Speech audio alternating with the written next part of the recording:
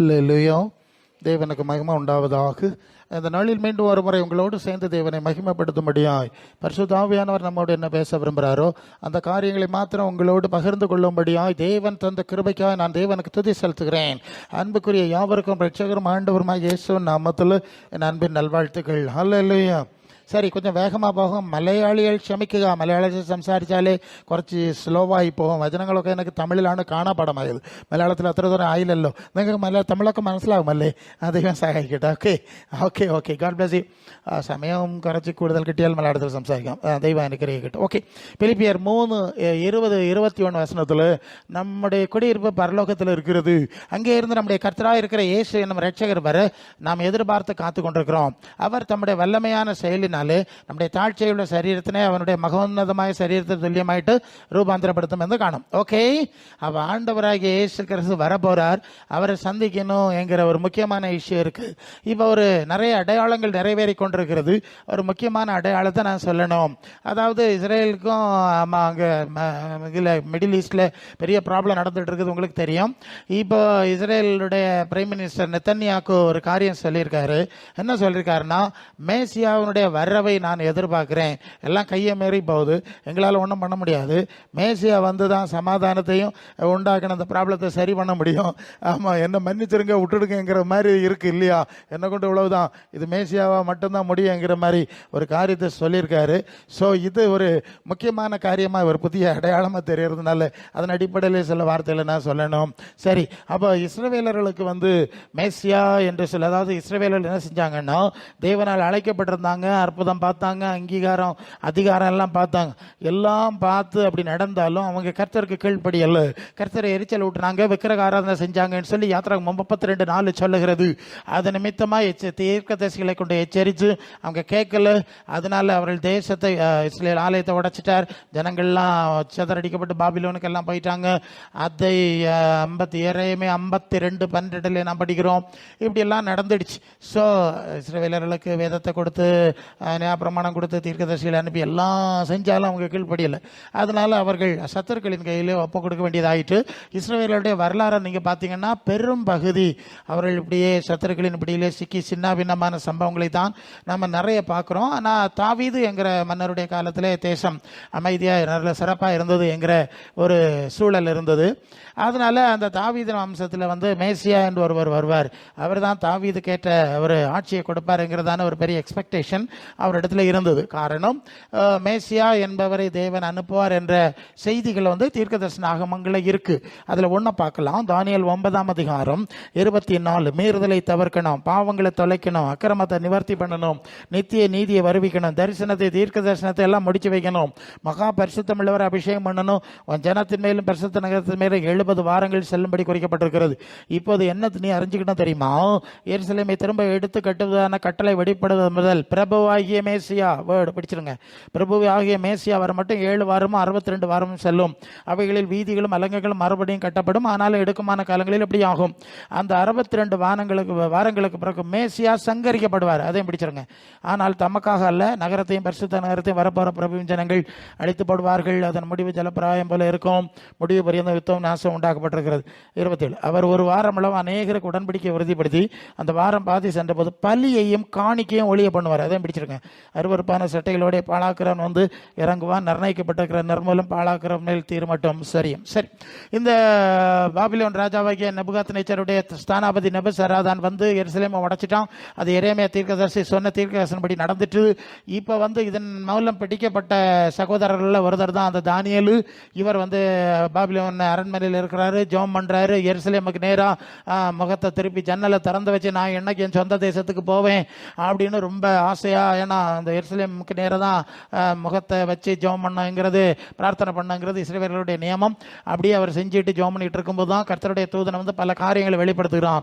வெளிப்படுத்தும் போது தான் அந்த காரியம் அதில் வருது. இதில் என்ன நடக்குன்னா, மீறுதலை பாவங்கள் எல்லாம் தொலைப்பதற்கு மகா பிரதான ஆசாரியராய் ஒருத்தர் வரணும். அவர் தான் மேசியா. 25 இந்த மேசியா அவர் தான். இந்த மேசியா சங்கரிக்கப்படணும். பார்த்துட்டோம். இவர் என்ன செய்வாராம், பலியையும் காணிக்கையும் ஒளிய பண்ணிடுவார். இனி பாவ நிவாரண பலிக்கு விலங்கெல்லாம் கொண்டு போக அவசியம் கிடையாது, இவரே பலி ஆயிடுவார்ல, அதான் அதுக்கு விஷயம். அவர் பலியாகி பாவ நிவர்த்தியை பண்ணி பாவ நிவாரண பலியை வந்து முடிச்சு வச்சிருவார், அவரே சங்கரிக்கப்படுவார். எல்லாம் செய்தியெல்லாம் சொல்லியிருக்கு, இது ஒரு வசனம் தான் சொல்லியிருக்கு. இப்படி மேசியா வருவார். ஸோ இப்படி தான் தேவன் இயேசுவை மேசியாவாய் உலகத்தில் எழுப்பினார். அவர் மேசியா. நீங்கள் வந்து அது வந்து யோவான் 4 அதிகாரம் 25, 26 வரும்போது அந்த சமாரிய ஸ்திரீ கேட்குறா, மேசியாவாகிய அவர் வருவார், அவர் வரும்போது எல்லா காரியம்லாம் சரியாயிரும், எல்லாம் சொல்லி தருவார் அப்படின்னு சமாரியர்களோட மேசியாவை எதிர்பார்த்து தான் இருந்திருக்காங்க. அப்போது ஆண்டவர் சொல்றார், உன்னுடன் பேசுகிற நானே அந்த மேசியான்னு சொல்றாருல.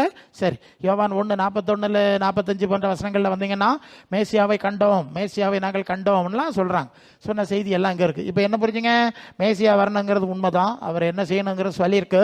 மேசியா வந்துட்டாரு, எல்லாம் செஞ்சாலும் இஸ்ரவேலர்கள் அவரை மேசியாவாக ஏற்றுக்கொள்ளவில்லை, இதுதான் ப்ராப்ளம். சரியா, அதில் மட்டும் போவோம்.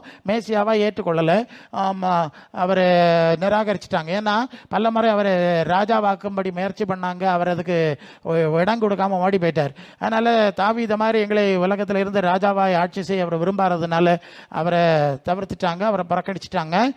நீங்க வந்து யோவான் 18:36 இவன் பிலாத்து கூட கேட்குறான், நீ ராஜாவா, நீ மேசியாவா? ஏன்னா மேசியான்னு விசுவாசிக்கக்கூடிய ஒரு சின்ன கூட்டம் இருந்தாங்கல்ல, நீ ராஜாவா அப்படின்னு கேட்டால் அவர் சொல்கிறார், நீ சொல்கிறபடி நான் ராஜா தான், என்னுடைய ராஜ்யம் இந்த உலகத்துக்குரியதல்ல, சத்தியத்தை குறித்து சாட்சி கொடுக்க மட்டும் நான் பிறந்தேன், அதற்காகவே இந்த உலகத்திலே வந்தேன்னு சொல்லிட்டார், என்னுடைய ராஜ்யம் இந்த உலகத்துக்குரியதல்ல.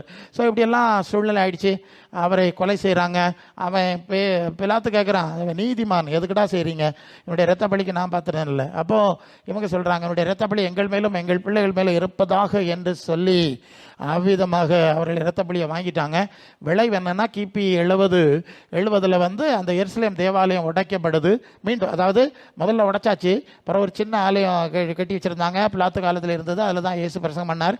அப்புறம் அதையும் உடைச்சாச்சு, அதையும் உடைச்சி நிர்மூலம் பண்ணி ஒரு துண்டு சுவர் இருக்கு இல்லையா, வெயிலிங் வால் சொல்லுவாங்க, அழுகை சுவர் இருக்குது டில் டுடே. அதாவது அபவுட் 2000 இயர்ஸ், 2000 வருஷமா அப்படியே தான் கிடக்கு. 2000 வருஷமா என்னெல்லாம் நடந்து தெரியுமா? எருசலேம் உடைக்கப்பட்டுட்டு, பலி நிறுத்தப்பட்டுட்டு, பலி தான் நிறுத்தப்பட்டுட்டுல, தரிச்சலியை கிழிச்சிட்டார்ல, எல்லாம் முடிச்சுட்டுல, எல்லாம் முடிச்சு இனி இங்கே கிடையாது. அப்புறம் அங்கே வந்து கிருபாசனம்னா அந்த உடன்படிக்கை பட்டி, அந்த உடன்படிக்கை பட்டிக்கு மேலே தேவ பிரசன்னம் இருக்கும், பேர் கிருபாசனம். இந்த தேவ பிரசன்னமும் அங்கே போயிட்டு, தேவ பிரசனம் போயிட்டு தேவாலயத்தை உடைச்சாச்சு, பாவ நிவாரண பலி நடத்தியாச்சு, எல்லாரும் ஓடி போயிட்டாங்க. எவ்வளோ வருஷம்? 2000 வருஷம். அவங்க போனவங்க எல்லாம் ரொம்ப கஷ்டப்பட்டாங்க. செகண்ட் வேர்ல்டு வார், ஹிட்லர் பீரியடில் வந்து ரொம்ப கஷ்டம். அதை கான்சன்ட்ரேஷன் கேம்பெல்லாம் சொல்லுவாங்க.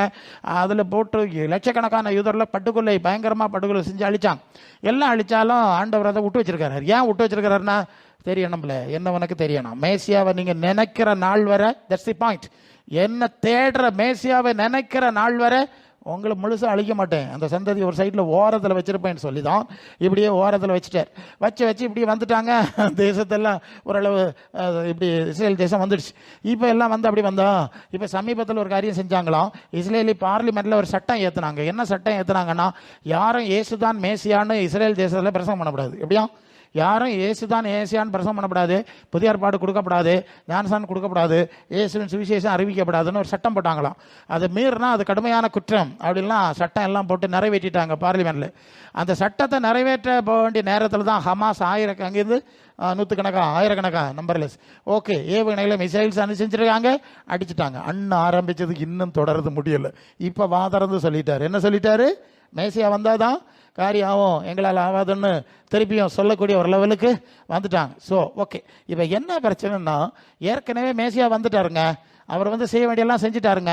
அதை ஏற்றுக்கொண்டவர்கள் சில யூதர்லாம் ஏற்றுக்கொண்டிருக்காங்க. ஸோ அவங்க மேசியாவுடைய ராஜ்யத்துக்கு பிறகுலாம் ரெடியாகி போயிட்டாங்க. இவங்க வெளியே நின்றுட்டு சத்தம் போட்டு இவ்வளவு காலம் வீணடிச்சிட்டாங்க.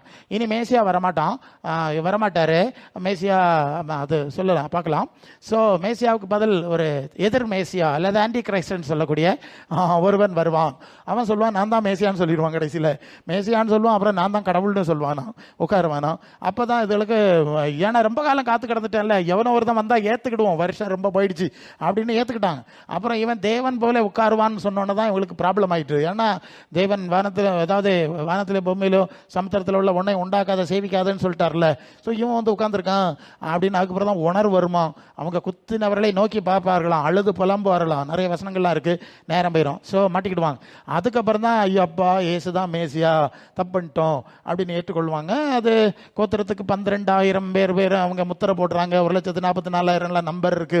ஸோ எப்படியோ கடைசியில் அவரை ஏற்றுக்கொண்டு தான் ஆகணும். இப்போ அதுக்கு முன்னால மேசியா வந்தது ஆகணும்னு திருப்பியும் ஒரு லெவலுக்குள்ள அவங்க வந்துட்டாங்க. இது என்ன குறிக்கிறதுனா, ஆண்டவராக இயேசு கிறிஸ்து நான் சீக்கிரமா வர்றேன்னு சொன்னார்ல, அதுக்குரிய அடையாளத்தை குறிக்கிறது. அதுதான் முக்கியமான விஷயம்.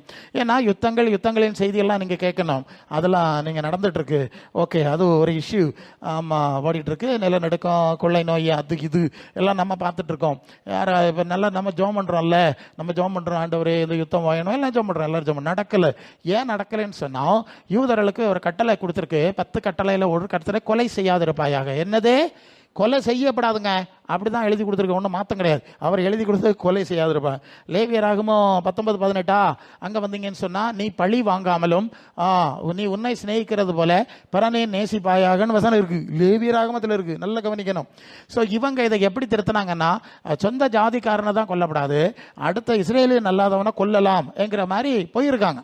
ஆனால் ஆண்டவர் இதை திருப்பி இயேசு சொல்றார். அதாவது இயேசு என்ன சொல்வார்னா, ஒரு ஓமை சொல்வார்ல, ஒரு மனுஷன் எருசலேமிலிருந்து எரிகோக்கு போனான், போற வழியில கள்ளர் கையில பட்டான். ஒரு லேவியன் வந்தான், ஒரு ஆசாரியன் வந்தான், எல்லாரும் ஒதுங்கி போயிட்டான்வல்ல, சொந்த ஜாதிக்காரன் ஒதுங்கி போயிட்டான். இவ சமரியன் வந்தான், அவன் தான் தூக்கி கொண்டு சத்திரத்தில் சேர்த்தான், அப்படி உதவி செஞ்சான்னு சொல்றார். ஸோ சொல்லிட்டு கேட்கிறாரு, இதுல இந்த விழுந்து கிடந்த அந்த குற்றவாளிக்கு யார் பிறனாக இருந்தான் அப்படின்னா, அவனுக்கு உதவி செய்த அந்த சமாரியன் தான் பிறன் அப்படின்னா, ஆண்டவருடைய வார்த்தை என்ன சொல்லுதுன்னா, நீ இஸ்ரவேல் உனக்கு ஜாதிக்காரன், பிறன்னு சொல்லுவான் அடுத்த ஜாதிக்காரன். இப்போ புரியுதா? இவங்க பரன்னு சொல்றது தனக்கு அடுத்த வீட்டுக்காரன்னு வச்சிருக்கான். அவர் சொல்றாருல்ல அடுத்த ஜாதி. இது இயேசுநாதருடைய கன்ஃபர்மேஷன்ல வருது. இப்படி என்ன செஞ்சிருவாங்க, அவங்க கொல்லுவாங்க, அழிப்பாங்க, பழி வாங்குவாங்க. நீங்க எரேமியா 8:8 வரும்போது, நாங்கள் ஞானிகள் என்றும் கர்த்தருடைய வேதம் எங்கிடத்தில் இருக்கிறது எப்படிடா சொல்வீங்க நீங்க வேதபாரருடைய கள்ள எழுத்தாணி அதை அபத்தமாக்கிட்டு ஞானிகள் வெட்கப்படுவாங்க பார்த்துக்க அப்படின்னு திட்டுற ஒரு காரியம். இப்படிலாம் நிறைய இருக்கு. அது ஒரு தனி பைபிள் ஸ்டடி உள்ள போல. எப்படியோ அவங்க கொலை செய்யணும், பழி வாங்கணும், அதையே அவங்க வச்சுட்டு இன்னும் வர அதுக்கு விளைவை தான் அவங்க வரலாறு முழுவதும் அறுத்துருக்காங்க. நீங்கள் பார்த்தீங்கன்னா தெரியும். ஸோ இன்னும் வர அதுதான் நடக்கு. அப்புறம் இஸ்லாமிய நண்பர்களுடைய வேதத்துக்கு பேர் திருக்குரான். என்னது? குரான். நான் எல்லா வேதமும் படிச்சிருக்கேன். அந்த குரான் 2 தடவை படிச்சிருக்கேன். ஹதீஸஸ் எல்லாம் படிச்சிருக்கேன். நான் அவர்களோடும் பல காரியம் விவாதிக்கிறவன். அந்த வேதத்தில் இதை வசனம் வருது. எப்படி வருதுன்னா, கொலைக்கு பழி வாங்குதல் அனுமதிக்கப்பட்டுள்ளது, அவர்கள் கொல்லுகிறார்கள், கொல்லப்படுகிறார்கள், மோசேயின் வேதத்தில் இப்படித்தான் சொல்லப்பட்டுள்ளதுன்னு எழுதியிருக்கு. மூசான்னு இருக்கும் அங்கே. மூசாவின் வேதத்தில், அதாவது நியாயப்பிரமாணத்தில், இஸ்ரேலுடைய வேதத்தில் இப்படி தான் எழுதியிருக்குங்கிறாங்க. என்ன புரிஞ்சுங்க? அவன் கொல்லுங்க பழிவாங்கன்னு சொன்னான், இவன் அதை காப்பி அடித்து இவங்க எழுதி வச்சுட்டு அங்கேயும் அப்படி தான் சொல்லியிருக்கணும். இவனை நியாயப்படுத்தினான். என்ன பிரச்சனைன்னு கேட்டிங்கன்னா, இடையில ஏசுநாதர் வந்தார். ஏசுநாதர் வந்து ஒரு கிணத்தை அடித்தவனுக்கு மறுகிணத்தை காட்டுன்னு சொன்னால் அந்த பயவை கேட்கல. யாரும் கேட்கல? யூதர்கள் கேட்கல முதலாவது. அடுத்தது இஸ்லாமிய திருக்குரான் என்ன சொல்லுதுன்னா, இறைவன் வந்து இயேசுவை மேசியாவாக அனுப்பினார். ஏன்னா மரியத்தின் மகனாகிய மசீஹ் அங்கே பேர் இருக்கு, மேசியாவை அனுப்பினார். அவருக்கு இஞ்சில்ங்கிற வேதத்தை கொடுத்தார். இஞ்சிலை பின்பற்றுகிறவருடைய உள்ளங்கள் அன்பையும் இரக்கத்தையும் சுரக்கும்படி செய்தோம். சரியா? புரியுதுல? வித்தியாசமா சொல்லியிருக்கு. சுரக்கும்படி செய்தோம். இஞ்சிலை இறுதி நாள் வரை இயேசுவை பின்பற்றுகிறவர்களுக்கு மற்றவர்களை விட மேலான நிலையை கொடுப்பார். இஞ்சிலை உடையவர்கள் அந்த வேதம், புதிய ஏற்பாடு, நம்ம புதிய ஏற்பாடு தான் இஞ்சில், நற்செய்தின்னு சொல்லுவாங்க. பின்பற்றக்கிறவர்களோட இதே விஷயம் இங்கே இருக்கு. நான் உங்கள்கிட்ட தான் பேசுறேன். இப்படிதான் இங்கேயும் சொல்லியிருக்கு, அங்கேயும் சொல்லியிருக்கு. குமாரன் மூலம் ஒரு பிரமாணம் வரும்னு சொல்லி, வேதம் வரும்னு சொல்லி எல்லாம் சொல்லி இங்கே அவங்க கேட்கல. இங்கேயும் இப்படி வரும்னு உங்க வேதத்தில் எதான எழுதி வச்சிருக்கீங்க இருக்குல்ல. அப்போ ஏசுநாதர் சொன்ன கேட்கணுமா? இல்லை. இப்போ 2 பேரும் கேட்கல. நல்லா புரியுதா?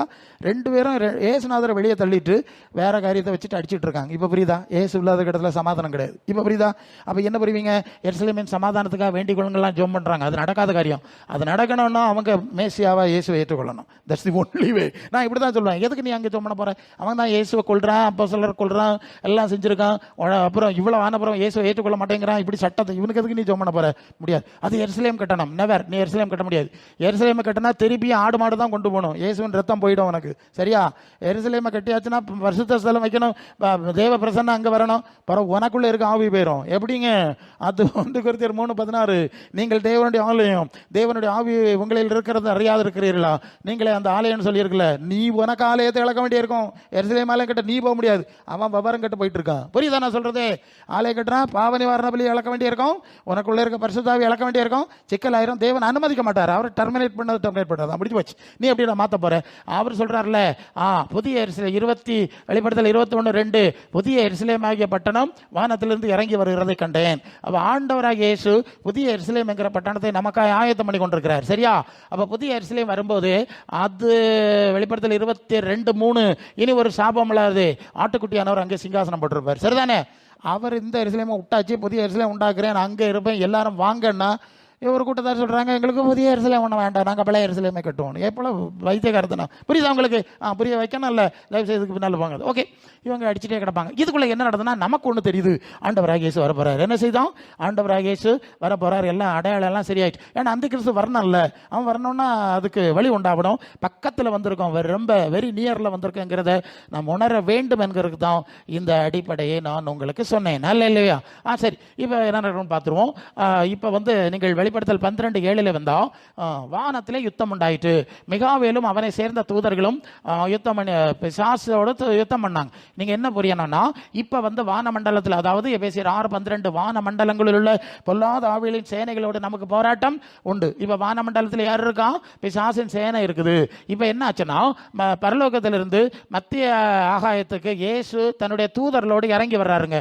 தூதர்களோடு இறங்கி வருவார். அங்க வரும்போது தேவ தூதர்களும் பிசாசின் தூதர்களும் யுத்தம் பண்ணுவாங்க. யுத்தம் பண்ணி எல்லா பிசாசையும் கீழே விரட்டிடுவாங்க. அப்புறம் பிசாசு மேல் போக முடியாது, அவன் பூமியிலே தள்ளப்படுகிறான், அவன் பூமியிலே தள்ளப்பட வேண்டும். இப்படி ஒரு சம்பவம் நடக்கும்போது, இந்த தள்ளப்படுதல் நிகழ்ச்சி நடக்கும் போது அதே சேம் செகண்ட்ல இங்க இருக்கிற பரிசுத்த ஆவியானவர், அதாவது மேல் வீட்டறையிலே பரிசுத்த ஆவியானவர் இறங்கி இப்போது நமக்குள்ளே கிரியை செய்து கொண்டிருக்கிறார். இந்த பரிசுத்த ஆவியானவர் நமக்குள்ள கிரியை செஞ்சுக்கிட்டு இருக்கிறதுனால, சபையில உலகத்தில் செயல்பட்டு இருக்கிறதுனால, இந்த பிசாசின் ஆளுகை அல்லது முழுசாட்டு உலகத்தில் வர முடியாத ஒரு தடை இருக்குங்க. ஒரு தடை இருக்குங்க. 2 தெசலோனிக்கர்ல நீங்க படிச்சீங்கன்னா, நீங்க அது அதிகாரம் 1 நீங்க படிச்சுட்டு வரணும், நிறைய விளக்கம் இருக்கு. இப்ப என்னதுன்னா, 6ஆம் வசனம், அவன் தன் காலத்தில் வெளிப்படும்படி இப்பொழுது அவனை தடை செய்கிறது ஃபர்ஸ்ட் இன்னதென்று அறிந்திருக்கிறீர்கள். இப்ப 7ஆம் வசனத்துல அக்கிரமத்தின் ரகசியம் இப்பொழுது கிரியை செய்கிறது, ஆனாலும் தடை செய்கிற வன்னு இருக்கு, அது இன்னில்லை இரு. தடை செய்கிறவர் நடுவில் இருந்து நீக்கப்படும் முன்னே அது வழிபடாது. இது என்ன விஷயம்னு கேட்டீங்கன்னா, இப்ப பரிசுத்த ஆவியானவர் இங்க ஆளு செஞ்சுட்டு இருக்காருல்ல, பரிசுத்த ஆவியானவர் இங்க ஆளு செய்து கொண்டிருக்கிறார். ஓகே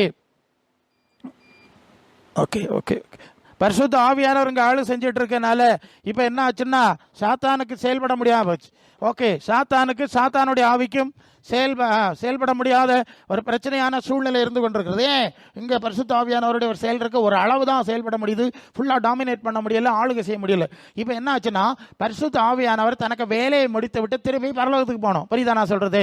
பரிசுத்த ஆவியானவர் தேவ பிள்ளைகளுக்குள்ள இருக்கிறார். அதாவது ரோமர் 8:14 சொல்லுது, எவர்கள் தேவனுடைய ஆவியினால் நடத்தப்படுறார்களோ அவங்க தான் தேவ பிள்ளைன்னு சொல்லி இருக்குல்ல. அப்ப பரிசுத்த ஆவியானவர் தேவ பிள்ளைகளுக்குள்ள இருந்து செயலாற்றி கொண்டே இருக்கிறார். இந்த செயல்பாடு நடத்தப்பட வேண்டும். எப்படி நடத்தப்படும் என்று சொன்னால், சும்மா நடத்தப்படாது.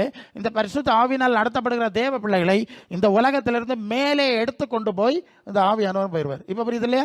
இந்த ஆவியானவரும் ஆவியினால் நடத்தப்படுகிற தேவ பிள்ளைகளும் மேலே போயிடுவாங்க. அந்த சேம் செகண்ட்ல தான் மேலே இருக்கக்கூடிய அசுத்தாவியனுடைய அதிகாரங்கள்லாம் பூமிக்கு வந்துடும். இப்ப புரியுதா? இது ரொம்ப முக்கியமானது. அது 12:7 பிறகு நீங்க வெளிப்படுத்தின விசேஷத்தில் படிச்சாச்சுன்னா அது தெரியும்.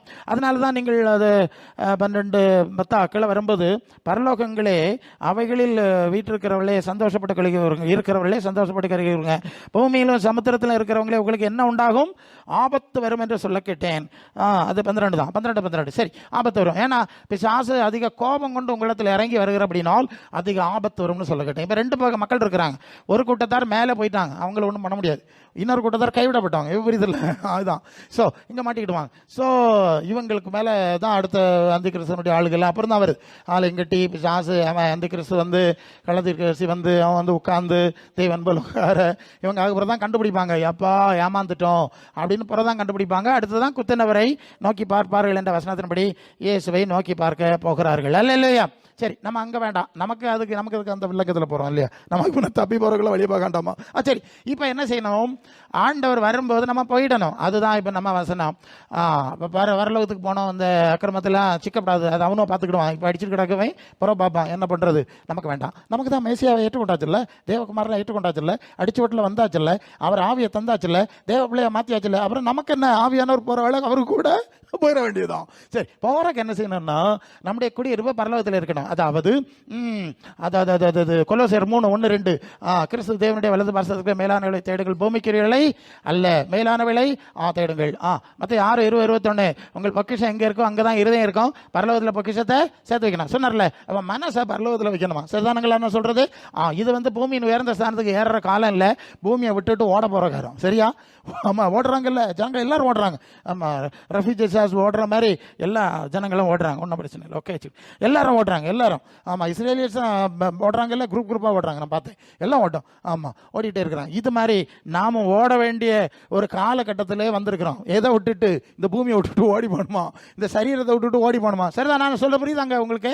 சரி, புரிஞ்சா நல்லதுதான், கர்த்தர் ஆசீர்வதிப்பாராக. சரி, இப்போ ஓடி போகணும், போகிறதுக்கு ரெடி ஆகணும். ஒருக்கத்தை ஆமாம், விசுத்தியே திகச்சுன்னா ஒருங்கி நிற்க அந்த பாடம் இல்லை. அതാണ് കാര്യമാണ്. ഓക്കെ, ഒരുങ്ങിയോ, തയ്യാറാണോ? ഓക്കെ, എടുക്കണം, തയ്യാറെടുക്കണം. ഓക്കെ, എപ്പോഴാണ് എനിക്കറിയില്ല. ஓகே, இப்போ என்ன മനസ്സിലാக்குறீங்க, நாம போகிறது ரெடியா, மனசை பரலோகத்தில் வச்சா தான் போக முடியும், அதுதான் அதுக்கு பிரச்சனை. சரி, பூலோகத்தில் வச்சா போக முடியாது, கயிறில் கட்டி போட்ட பிராய மாதிரி ஆயிரும். அது பூனை வரும்போது பட்டாருன்னு பறக்கும், 1 மீட்டர் உயரத்துக்கு கயிறு இருந்தால் அவ்வளோ தூரம் பறந்துட்டு பட்டாருனுக்கள் அடிக்கும், அவ்வளோதான், பூனை அடிச்சுட்டு போயிடும். ஸோ அதனால பூமியிலே கட்டப்படாது. முதல் விஷயம், மனசை என்ன செய்யாத, பூமியிலே வைக்காது. 2வது காரியம் என்னன்னு கேட்டால், தி செகண்ட் மேட்டர் இஸ் கவனிங்க, அது பேசியர் 4:30 மீட்கப்படும் நாளுக்கு என்று முத்திரையாய் பெற்ற பரிசுத்தாவியை என்னது உங்களை மீட்கணும்னா அதுக்கு ஒரு பவர் இருக்கு, ஒரு காரியம் இருக்கு, ஐடி, முத்திரை. பரிசுத்தாவியை துக்கப்படுத்தாது. அந்த ஆவி உள்ள இருந்தாதான் நீங்க மேலே இழுக்கப்பட முடியும். ஏன்னா பரலோகத்திலிருந்து வந்த ஆவி நமக்குள் இருந்தாதான் இந்த ஆவி மேலே போகுது, நம்ம இழுத்துட்டு போவோமா. எப்படியா, எலியாவை சுழல் காட்டினால இழுத்துட்டு போச்சுல்ல, அதான் நான் பரிசுத்தாவி பெற்ற பிறகு எனக்கு அது நடந்தது. அந்த வெள்ளமை தரையிலிருந்து மேலே தூக்கிட்டு கிளை போட்டுட்டு இப்படி கொஞ்சம் உயரத்துக்கு பறந்துட்டு கிளை விழுந்தேன். அது இன்னொரு பக்கம் இருக்கட்டும். ஸோ நான் இப்போ பரிசுத்த ஆவியானவர் தான் இழுத்துட்டு போனோம். அப்போ அந்த ஆவி நமக்குள்ள இருக்கணுமா வேண்டாமா? கண்டிப்பாக வேணும். ஸோ அதனால் முதல் பரிசுத்த ஆவியானவர் அங்கீகாரம் முத்திரை கொடுக்கும்படி நீங்கள் கண்டிப்பாக ஜெபம் பண்ணி அபிஷேகத்தை பெற்றுக்கொள்ளணும். அண்ட் செகண்ட்லி, அது ரோமர் 8:14 எவர்கள் தேவனுடைய ஆவியினாலே நடத்தப்படுறாங்களோ அவங்க தான் தேவப்பிள்ளை. கை கால் உதறினா அந்நிய பாஷை பேசினா மட்டும் தேவப்பிள்ளை கிடையாது. அதெல்லாம் வெள்ளமாக வரும்போது வரும். ஆவியினாலே நடத்தப்படணும். என்ன செய்யணுமா, ஆவியினாலே தேவ ஆவியினால் நடத்தப்படணும். ஏன் தேவ ஆவியினால் நடத்தப்படணும்னா கவனிக்கிறீங்களா, நம்பர் 1, முதலாவதே ஆவியானவர் இந்த ஆவிக்கு இன்னொரு பேர் இருக்குங்க. அது ரோமர் 8:9 கிறிஸ்துவின் ஆவி இல்லாதவன் அவருடையவன் அல்ல. இந்த ஆவிக்கு என்ன பேர்னா, இது கிறிஸ்துவின் ஆவியின் பேர். ஏன் கிறிஸ்துவின் ஆவின்னு சொல்லியிருக்குன்னா, இந்த ஆவி ஏற்கனவே இயேசுவுக்கு கொடுக்கப்பட்டது. அப்போஸ்தலர் 10:38 தேவன் அவரை பரிசுத்த ஆவியின் வல்லமையால் அபிஷேகம் பண்ணார், தேவன் அவரோட கூட இருந்தார்னு படிக்கிறோம்ல. சரி, ஓகே, இந்த ஆவி அவருக்கு கொடுத்தது. ஸோ இந்த ஆவியை தான் நமக்கு கொடுக்கப்பட்டிருக்கு. அதனால தான் குமாரனின் ஆவியை அனுப்பினார்னு கலாத்தியர் 4:6 சொல்லுது. சரி, இந்த ஆவி வரும்போது என்ன நடக்குன்னா, கலாத்தியர் 4:19 கிறிஸ்து உங்களில் உருவாகும் அளவு மறுபடியும் கற்ப வேதனைப்படுகிறேன்னு இருக்கு. அதாவது ஆதி திருச்சபை காலத்தில் இயேசு ஆராதிக்க செய்யலைங்க, இயேசுவை உருவாக்குனாங்க. இது ரொம்ப பிரச்சனையான விஷயம். இயேசுவை உருவாக்குனாங்க. அதாவது பிலிப்பியர் 2:5 கிறிஸ்து இயேசுடைய சிந்தையை பாவமும் உங்களில் ஆயிருக்கணும் அல்ல, சிந்தையை உங்களிலும் ஆயிருக்கணும். அப்ப இயேசுடைய சிந்தை அதான் இயேசுவை உருவாக்குறது. சரியா, அப்ப இயேசு நமக்குள் உருவாக்கப்பட வேண்டும். இந்த வார்த்தை ரொம்ப கவனமா பிடிச்சிருங்க, இது ரொம்ப முக்கியமானது. அனைவரும் தெரியல, இயேசுவை உருவாக்கினார்கள். இயேசுவின் சிந்தையும் குணங்களும் கனிகளும் நமக்குள்ளே உண்டாயிற்று. ஒரு காரியம் சொல்றேனே, அப்புறம் ஆவியின் கனின்னு சொன்னா கலாத்தியர் 5:22 ஆவியின் கனியோ ஸ்நேகம், அன்பு இல்லையா. முதலாவது கனி அன்பு தானே, ரொம்ப முக்கியம். இப்போ நமக்குள்ள இருக்கிறது பரிசுத்த ஆவியாங்கிறத கன்ஃபார்ம் பண்ண வேண்டிய ஒரு நிர்பந்தமான சூழ்நிலை இருக்கிறது. ஏன்னா நீங்க ரோமர் 5:5 வாசிக்கும் போது பரிசுத்த ஆவியினாலே தேவ அன்பு இருதயத்திலே ஊற்றப்பட்டிருக்கிறது. தெளிக்கிறது இல்லைங்க, ஊத்தி இருக்கு, பைப்பில் ஊத்துற மாதிரி. சரி, ஊத்தியாச்சு. அப்ப அன்பு இருக்கணுமா வேண்டாமா, என்ன சொல்றீங்க? ஆமா பிரசங்க, இருக்கணும், கண்டிப்பாக இருக்கணும்ல, இருக்கணும். நான் வந்து தமிழ்நாடு கேரளான்னு சுற்றிட்டு நடக்கிறேன்னா, நிறைய இடத்துக்கு போகிறேன்னா, இந்த பக்கம் ஒரு சபையில் இயேசு ஆராதனை நடக்கும், அந்த பக்கம் ஒரு இடத்துல நடக்கும். இன்னும் 2 பேரும் சண்டை, கோட கச்சேரியில் கோடதியில் கேஸ் நடத்துகிறாங்க. நம்ம கன்னியாகுமரி மாவட்டத்தில் ஒரு பெரிய ஸ்தாபனமே 2 போய் கேஸுக்கு போய் ஒன்றில் தோத்தா விட மாட்டேங்கிறான், அப்பீலுக்கு போயிருக்கிறான். ஆமாம், இந்த ஊழியர் கூட்டம் தனியாக நடத்தி திருவத்தாளமா கர்த்தருடைய மெசையா, இங்கே ஒரு தனியாக இருக்குது. நான் என்னடான்னு இது என்னடா இதா இயேசுநாதருடைய அன்பு, இதா சரீரத்தை கழிச்சு பங்கு போட்டு போடுவிய போல இருக்கு, அல்ல இல்லையா, ஒரே சரீரத்தை அப்படிலாம் செய்ய. எதுக்கு சொல்கிறேன்னா, ஆவின்னு சும்மா சொன்னால் போறாதுங்க, ஆவியின் கனி இருக்கணும். வேற அந்நிய பாஷை ஒன்று கொண்டும் நல்லதுதான், நானும் பேசுகிறேன் தான். ஆனால் அன்புக்கு ஆவிக்கேற்ற கனி இல்லைன்னா அதை பரிசுத்த ஆவின்னு ஏற்றுக்கொள்ளப்படாது. முதல் விஷயம். இப்போ புரியுதா? ஆவியின் கனி இல்லைன்னா இது பரிசுத்தா கிடையாது, சத்தப்படாது, நடத்து, மரியாதையாக பாவடிச்சு அப்படி தான் நடத்தணும். பண்டெல்லாம் அப்படி தான் செய்வாங்க, ரொம்ப ஆட விட மாட்டாங்க. இப்போ தான் இப்படி இல்லாமல் போகுது. சரி போட்டு சரி, இப்போ என்னாச்சு? கனி இருக்கணும். அப்புறம் இயேசுவின் சாயல் தன்மை நமக்குள்ளே ஆவரணம். இயேசுவின் சாயல் வந்தால் தான், அதாவது சாயல் உருவாகி அது வந்து எபேசியர் 4:11 கிறிஸ்தவன் நிறைவான வளர்ச்சி அளவுக்கு பூரண புருஷராகணும். 15 பக்கம் வந்தீங்கன்னா, மனுஷருடைய சூதும் வஞ்சிக்கிறதுக்கு எதுவான காத்துகளினால அலைப்பட்டு வண்டிக்கார எடுத்துட்டு ஓடிக்கிட்டே நடக்காம இருக்க இடத்துல இருந்து வசனத்தை வாசித்து பரிசுத்தாவை பெற்று தலைவராகிய கிறிஸ்துவுக்குள் எல்லாவற்றிலும் அவரை பலியிலே வளரணும். 40 நாள் உபவாசிச்சோம், 40 பிரசங்கியார், 40 டைப்பில் இருக்காரு. பிரசங்கமே 40 டைப்பில் தான் இருக்கு. ஆமா, நான் நினைப்பேன், என்னடா இது, இயேசுநாதரோட யாருமே பார்க்குது, இயேசுநாதர் யாரும் திரும்பியே பார்க்கறது இல்லை, கையில இருக்கு, இதை யார் வாசிக்கிறது? 15 வயசுலேருந்து வாசித்ததுனால தான் உங்க முன்னால் நிற்கிறேன். சரி, அப்ப இயேசுநாதர் சொல்றாரு, என்ன பார்க்கல, என்ன வாசிக்கல, நான் சொல்லதும் கேட்கல, அப்போ சொன்னதும் கேட்கல. அது பேசுறா 2:20. சரி, அப்போ சொல்ல அஸ்திபாரம் கிறிஸ்து மூலக்கல்லு, அவர் மேல் மாளிகையாய் வாசஸ்தலமாய் ஆவியினாலே கட்டப்படணும்னு சொல்லியிருக்கு. இது ஒன்றும் ஒரு தரம் பார்க்கல, எப்படி பிரசங்கி மார்க்கு பின்னால ஓடிக்கிட்டே நடக்கிறாங்க. ஒரு நாள் வரும் பார்த்துக்க, யோவான் 12:48 சொன்ன மாதிரி, என்னை தள்ளி என் உபதேசங்களை புறக்கணிக்கிறவர்களை நியாயம் தீர்க்கிறது ஒன்று இருக்கு. நான் சொன்ன வசனமே அவனை நியாயம் தீர்க்கும். ஒரு நாள் நியாயம் தீர்த்து போடுவார். முதல் நியாய தீர்ப்பு, மனசாட்சி நியாய தீர்ப்பெல்லாம் விட்டுடுவோம். ஏசு நியாய தீர்ப்பில் முதல் கேள்வி, இந்த புஸ்தகம் வீட்டில் எத்தனை வருஷம் இருக்குன்னு கேட்பார். இது ஏன் வார்த்தைன்னு உனக்கு தெரியுமான்னு கேட்பார். இதை வாசிச்சியான்னு கேட்பார். அதை பற்றி சிந்திச்சு நடந்தியான்னு கேட்பார். First question. இல்லை, எங்கள் பாஸ்டர் அப்படி சொன்னார், எங்கள் சபைக்கு இந்த பாரம்பரியம் கிடையாது, அதெல்லாம் பேசலை. உனக்கு ரத்தம் சேர்ந்து நான் மெனக்கட்டு வந்து பேசியிருக்கேன் இல்லையா? ஆமாம், இவரே 1 பூர்வ காலங்களில் பங்காய் வகை வகையாய் தீர்க்க தரிசிகளுக்கு பிதாக்களுக்கு பேசினேன், பிதாக்களுக்கு உனக்கு தகப்பன்மாருக்கு பேசினம்பல, உங்களுக்கு குமாரன் மூலம் நமக்கு, குமாரன் மூலம் நமக்கு திருவிழம் பற்றினார். இந்த வேர்டு அங்கே இருக்கும். பேசினா இல்லையா? இதை வச்சுட்டு இந்த அடிப்படையில் நீ மற்றதை பார்த்துருந்தா சரி, பிரச்சனை இல்லை. இப்போ அங்கே கட்டங்கிறங்கி நான் பேசுவேன், நிறைய பேசுவேன், நிறைய அனுபவத்தோடு பேசுவேன். ரொம்ப மோசமான அனுபவத்தில் பெந்தகோஸ்தே சபையெல்லாம் போயிட்டு இருக்குங்க, அதனால தான் பேச வேண்டியிருக்கு. சரி, நமக்கு ஏசுகிட்ட போனோம்ல. சரி, அப்போ இயேசு அந்த பரிசுத்தாய் வரும்போது இயேசுவின் தன்மை சாயல் நமக்குள்ளே உருவாகிறது. ஒரு கட்டத்தில் 2 கொரிந்தியர் 3:18 சொல்லுது, நம்மெல்லாம் திறந்த முகமாய் கர்த்தருடைய மகிமையை கண்ணாடியிலே காண்கிற வண்ணமாய் கண்டு ஆவியா இருக்கிற கர்த்தரால் அந்த சாயல தானே மகிமையின் மேல் மகிமை அடைந்து மறுரூபம் அடைகிறார். அல்லேலூயா. நல்லா கவனிக்கணும், மகிமையின் மேல் மகிமை அடைந்து இயேசுவை போல இப்பமே மறுரூபம் ஆகணும். பிரசன்ட் நவ் இட்ஸ் ஹேப்பனிங், இப்போ நடக்கணும். நல்லா புரிஞ்சுக்கணும். ஏற்கனவே இயேசு வரும்போது மறுரூபம் ஆவாருங்கிறது தான் விசுவாசம். நல்லது, உண்மைதான், தப்பு கிடையாது. ஆனால் அந்த ப்ராசஸ் வந்து அந்த காரியத்தை அடையணும்னா இப்போமே ஒரு ப்ராசஸ் நடந்துக்கிட்டே இருக்கணுமா, கண்டினியூஸாக. இட்ஸ் புரியுதா? கிறிஸ்து உருவானார்ல, குழந்தையா உருவானார்ல, அப்புறம் வளர்ந்தார்ல, பூரணத்தை நோக்கி போனார்ல, போறாரா? நீங்கள் பார்த்துங்க. அது சும்மா வந்துட்டு நேரம் போக்கிட்டு போனால் வேஸ்ட் ஆயிரும். இத்தனை வருஷம் போனேன்னா அதெல்லாம் கணக்கில் வராது. பாடம் படிச்சியா பாஸ் ஆகினான்னு கேட்பார். பள்ளிக்கு 3 வரையும் போனேன்னு சொன்னால் அவனுக்கு சர்டிஃபிகேட் கொடுப்பாள், என்ன கொடுக்க மாட்டாங்கல்ல? சரி, இப்போ என்னாச்சு? இந்த ஆவியானவர் நம்மை அவரை போல மாற்றிக்கொண்டே இருக்க வேண்டும். இருக்கிறார் 2 கொரிந்தியர் 4:16 ஆனபடியால் சோர்ந்து போறதில்ல, புறம்பான மனுஷன் அழிந்து உள்ளான மனுஷன் நாளுக்கு நாள் புதிதாகுதுன்னு சொல்லுறார். எபேசியர் 3:16 அவருடைய ஆவியினாலே உள்ளான மனுஷன்ல வல்லமையாய் பலப்படணும்.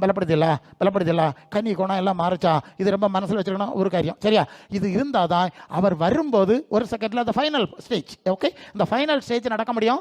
இது நடக்கலைன்னா அது நடக்காது. ஒரு விஷயம், இன்னொரு விஷயம் சொல்லி முடிச்சிடறேன். ஸோ அது 1 கொரிந்தியர் 2:12 நாங்களும் உலகத்தின் ஆவியை பெறாமல் தேவனால் எங்களுக்கு அருளப்பட்டதை அறியும்படி தேவனிடத்திலிருந்து புறப்பட்ட வந்து ஆவியை பெற்றோம். 2 ஆவி இருக்கு. ஒன்று பரலோகத்திலிருந்து வந்தது, அந்த பரலோகத்திலிருந்து வந்த ஆவி பரலோக வெளிப்பாட்டை நமக்கு கொடுக்கிறது. 1 கொரிந்தியர் 2:9 தேவன் தம்முடைய ஆயத்தம் பண்ண, கண்ணு காணல, காது கேட்கல, இருதயத்தில் தோணல, தேவனாவிலை தம்முடைய ஆவியினால நமக்கு வெளிப்படுத்திக் கொண்டே இருக்கிறார். அந்த ஆவி வந்து பரலோக வெளிப்பாட்டை தருது. தெளிவா சொன்னா நம்ம இழுக்குது, மேலோக இழுக்குது. நம்முடைய மனசை அங்கே இழுத்துட்டு போகுது. இன்னொரு ஆவி இருக்கு, உலகத்தின் ஆவி.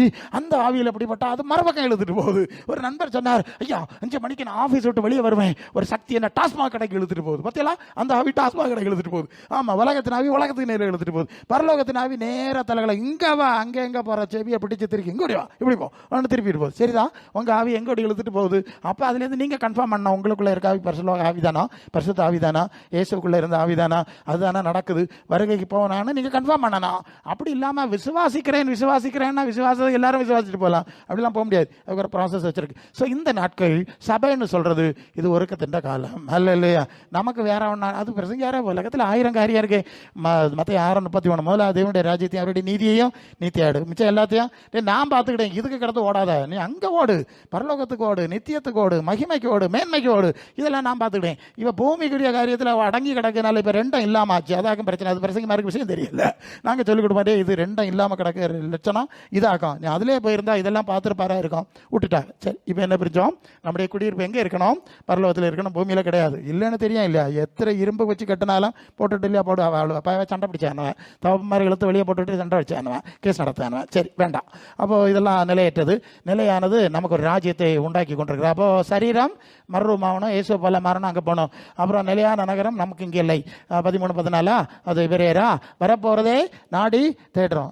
பூமிக்குரிய கைவேலை இல்லாத பூமிக்குரிய கூடாரமாகி வீடு அழிந்து போனாலும் 2:21 கைவேலை இல்லாத தேவனால் கட்டப்பட்ட நித்திய வீடு பரலோகத்தில் உண்டென்று அறிந்திருக்கிறோம். அறிஞ்சதானே இங்கே வந்தோம். சரியா, சும்மா பேய்க்கு நோக்கி ஒன்றும் வரல. ஒன்றும் முடிக்கிறேன். பொதுவாக வெறும் பேய்க்கு நோக்கி மட்டும் நீங்கள் ஜோம் பண்ணிட்டு இருந்தா நீங்கள்லாம் இயேசுவின் சபையார் கிடையாது, நீங்கள் குருசடி மார்க்கத்தார். எப்படிங்க குருசடி? நான் முடிக்கிறேன். அதாவது ஜனங்கள் செல்வனிட்டு இருக்காங்க, சுற்றி இருந்து பார்த்து பாடுறா, இயேசுனார் பாட்டு தான் பாடுறாங்க. எதுக்கு ஜோம் பண்ணிட்டு இருக்காங்க? எதுக்கு இருக்கீங்கன்னு கேட்டால் புதுமாக நடக்கணும் பிரசங்காரு, கட்ட அரணம் பிரசங்காரு. சரி பிறகு சரி சரி சரி குருசடி. இப்போ இது என்னன்னு கேட்டால் குருசடியில் நடக்குதுன்னு சொன்னேன். அப்புறம் நாங்கள் தான் பல மாவட்டங்கள்லாம் சுற்றிட்டே வருவோமா. அங்கே பார்த்தா ஒரு இடத்துல வானத்தின் வாசல், கோபுரம், கூடாரம் எல்லாம் நிறைய எழுதி போட்டிருக்கு. அங்கே போனால் அங்கேயும் பாட்டு ஜபம் நடக்குது. எதுக்குன்னு கேட்டால் புதுமை நடக்கணும் பிரசங்காரு, கட்ட அரணம் பிரசங்காரு, விடுதலை உண்டாகணும். அது என்னடா கொள்ளாமை. அங்கே கத்தோலிக்க குருசடி, இது பந்தேக குருசடி. நான் சொல்லுறது புரியுதா? இப்போ எல்லாம் குருசடியாக மாறி போச்சு. குருசடி இல்லை, நாம கிறிஸ்துவின் சபையார். கிறிஸ்துவின் சாயலிலே, சிந்தையிலே, தன்மையிலே கட்டப்பட்டு கிறிஸ்துவ நிறைவான வளர்ச்சி வளரு அமைப்பு பேர் தான் சபை. இப்போ நான் சொல்லுறது புரியுது இல்லையா? அதனால நீங்கள் குருசடியில் போகக்கூடாது, அதை பார்த்து காப்பி அடிச்சிடாதங்க. நமக்கு ஆண்டவர் வர்றார், அவருடைய வருகையில் நம்ம என்ன செய்யணும்? எடுத்துக்கொள்ளப்படுவதற்கு ஒன்று அடையாளங்களை கவனித்து பார்க்கிறீர்கள். ஆகவே இதெல்லாம் சம்பவிக்க காணும்போது அவர் வாசல் இண்டையில் வந்திருக்கிறார்னு புரிஞ்சுட்டு அந்த வசனம் சொல்லுதில்ல, மனுஷகுமாரனுக்கு முன்பாக நிற்க பாத்திரவான்களை என்னப்படி ஜெபம் பண்ணி விழிச்சிருங்க. இப்போ சொல்கிற பரிசுத்தாவின் அனுபவம் இருக்கா, எப்படி போகுதுன்னு நீங்கள் பார்த்துருங்க. வேற ஒன்றும் சிந்திக்காதுருங்க. கர்த்தர் இந்த வார்த்தையினால் உங்களை ஆசீர்வதிப்பாராக. ஆமென்.